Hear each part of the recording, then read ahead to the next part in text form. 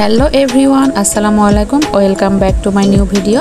আজকে আমি আপনাদের সাথে যে রেসিপিটা শেয়ার করছি সেই রেসিপিটা আমার অত্যন্ত প্রিয়। আমি ইচ্ছে করলে এই খাবারটা প্রত্যেক দিন খেতে পারি, এতটা ভালো লাগার খাবার আমার কাছে। এই খাবারটার নাম কি আপনারা বলতে পারবেন? না, কখনোই সম্ভব না, কারণ এটা আমাদের কুষ্টিয়া জেলার অত্যন্ত প্রিয় খাবার।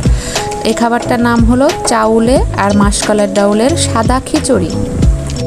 আমরা তো বাসায় খিচুড়ি রান্না করি হলুদ মশলা টশলা দিয়ে চাউলে ডাউলে, কিন্তু এই খিচুড়িটা সম্পূর্ণ আলাদা, কালারটাও সাদা। এখানে আমি 1.5 পোয়া চাউল আর 1 পোয়া মাসকলাইয়ের ডাউল নিয়ে নিয়েছি, কারণ চাউল আর ডাউলের সমপরিমাণ সেম হলে খেতেও অনেক মজাদার হয়। আসলে আমি মোবাইল খুললেই দেখি অনেক রকমের নতুন নতুন চাইনিজ, কন্টিনেন্টাল, বিভিন্ন আহামরি রকমারি খাবার, কিন্তু আমি আসলে যে রেসিপিগুলো দেখাই একদম সম্পূর্ণ নর্মাল রেসিপি, ঘরের খাবার, ঘরের তৈরি। হয়তো আপনাদের ভালো নাও লাগতে পারে, তবুও আমি চেষ্টা করি। চাউল আর ডাউল আমি মিক্স করে নিয়েছি আর ঠান্ডা পানি দিয়ে ধুয়ে আমি বসা ভাত চুলায় দিয়ে দিচ্ছি। আমরা ভাত যেভাবে বাসায় রান্না করি ঠিক তেমনটাই।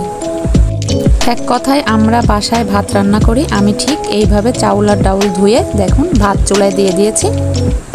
আর অবশ্যই বসা ভাত দিতে হবে, যেন ভাতটা একটু নরম নরম ফেনা ফেনা থাকে। আর সাথে কি লাগবে দেখতে পাচ্ছেন? খাওয়ার জন্য শুকনা মরিচ, সরিষার তেল, লবণ ও পেঁয়াজ।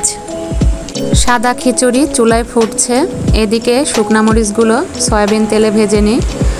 অল্প পরিমাণ তেল দিয়ে মরিচগুলোকে ভাজতে হবে।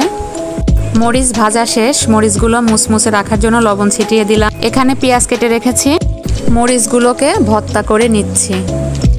মরিচ ভর্তা যত মিহি হবে তত খেতে মজা, আর পেঁয়াজের পরিমাণটা একটু বেশি রাখতে হবে।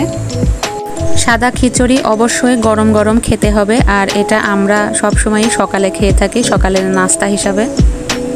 খিচুড়ির সাথে মাছ ভাজি বা ডিম ভাজি হলেও মন্দ নয়।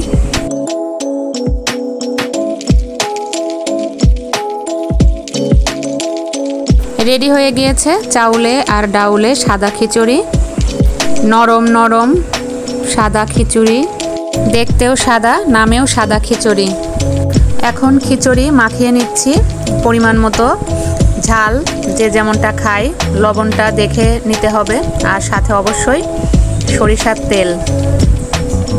মাখিয়ে খাওয়ার পালা। মাখানো যত আঠালো হবে তত খেতে মজা, তাই অলওয়েজ মাখাইতে মাখাইতেই খেতে হবে, এটাই নিয়ম।